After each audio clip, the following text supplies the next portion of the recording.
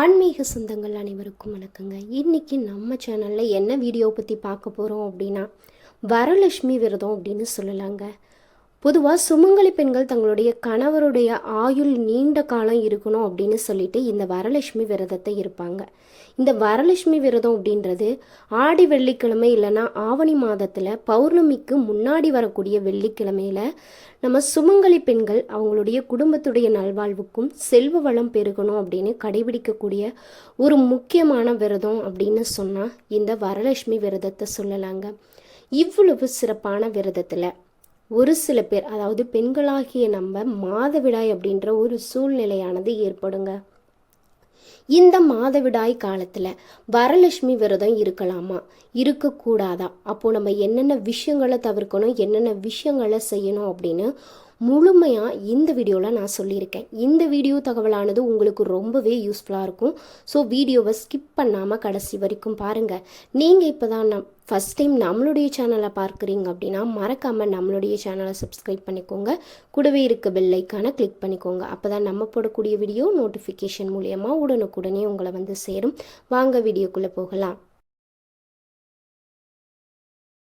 பெண்களாகிய நம்மளுக்கு மாதம் மாதம் இந்த மாதவிடாய் பிரச்சனை அப்படின்றது இயற்கையான ஒரு விஷயம் அப்படின்னு சொல்லலாங்க. இதனால் கிராமத்தில் இருக்கக்கூடியவங்க கோவிலுக்கு போகக்கூடாது, பூஜையில் எதுவும் கலந்துக்க கூடாது, வீட்டிலையே விளக்கேற்றக்கூடாது, பூஜை செய்யக்கூடாது அப்படின்னு சில கட்டுப்பாடுகள் அப்படின்றத நம்மளுக்கு வச்சுருக்காங்க அப்படின்னு சொல்லலாங்க. இந்த மாதவிடாய் நேரத்தில் நம்ம நேரடியாக வரலட்சுமியுடைய விரத பூஜையை செய்வதை முற்றிலுமே தவிர்க்கணும் அப்படின்னு ஆன்மீக ரீதியாக சொல்லப்பட்டிருக்கு.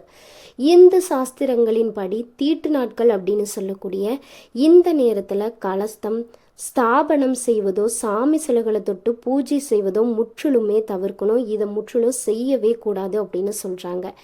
இருந்தாலுமே நீங்கள் கவலைப்பட தேவை கிடைக்காதுங்க. நம்ம எளிய மற்றும் சாஸ்திரபூர்வமான வழிமுறைகள் அப்படின்னு இன்னொரு விஷயங்கள் சொல்லப்பட்டிருக்காங்க. அதாவது நம்ம இந்த வரலட்சுமி பூஜை இன்னைக்கு இல்லைனா என்ன, அதாவது வரலட்சுமி பூஜை எப்போ இல்லைனா என்ன, நம்ம அடுத்து வரக்கூடிய வெள்ளிக்கிழமையில், அதாவது ஆவணி மாதத்துடைய வரலட்சுமி விரதத்தன்று உங்களுடைய மாதவிடாய் இருந்துச்சு அப்படின்னா அதற்கு அடுத்த வெள்ளிக்கிழமை இல்லைன்னா அந்த மாதத்துடைய ஏதாவது ஒரு வெள்ளிக்கிழமையில நீங்க முறைப்படி கலசத்தை வச்சு நீங்க பூஜை செஞ்சுக்கலாம்.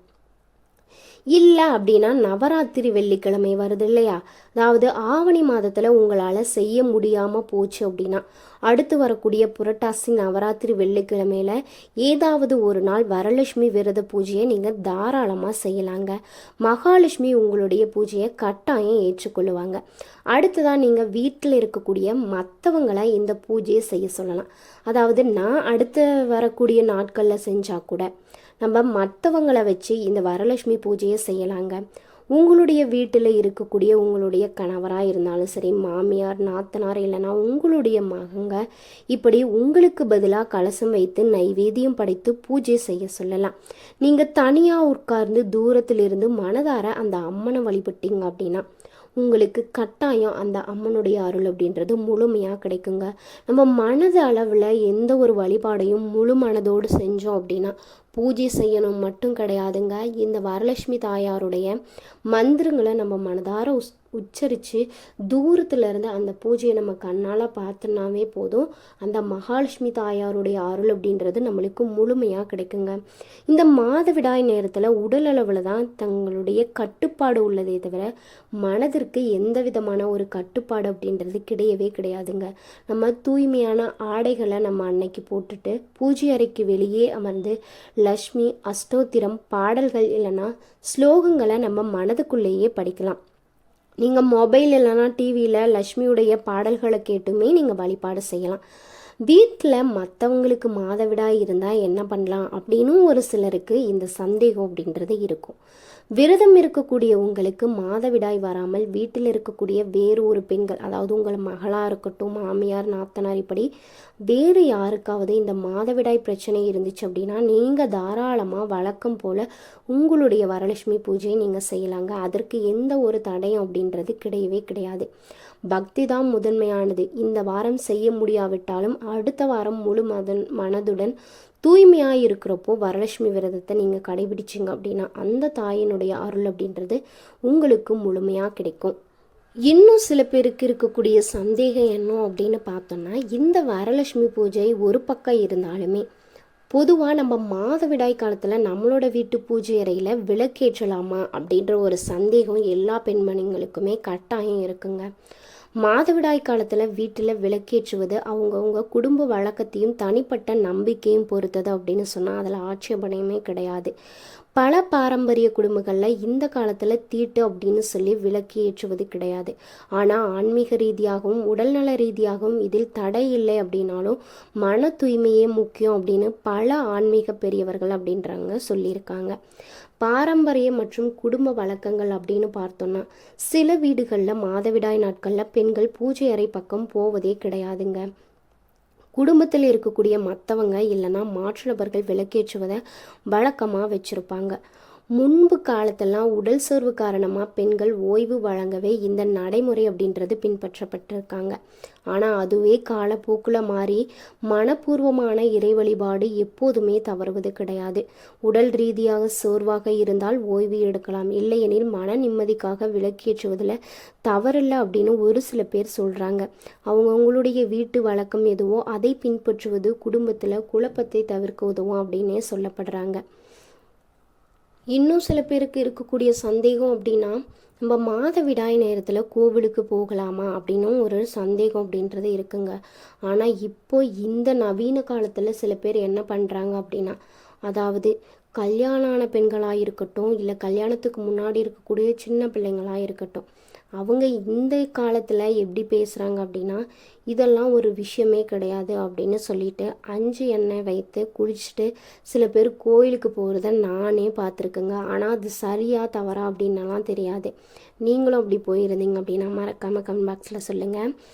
மாதவிடாய் நேரத்தில் நம்ம கோவிலுக்கு போகலாமான்னு கேட்டிங்கன்னா, பாரம்பரிய நம்பிக்கைகளின்படி மாதவிடாய் காலங்களில் பெண்கள் கோவிலுக்கோ இல்லை வீட்டில் இருக்கக்கூடிய பூஜை அறைக்கோ செல்லக்கூடாதுன்னு சொல்கிறாங்க.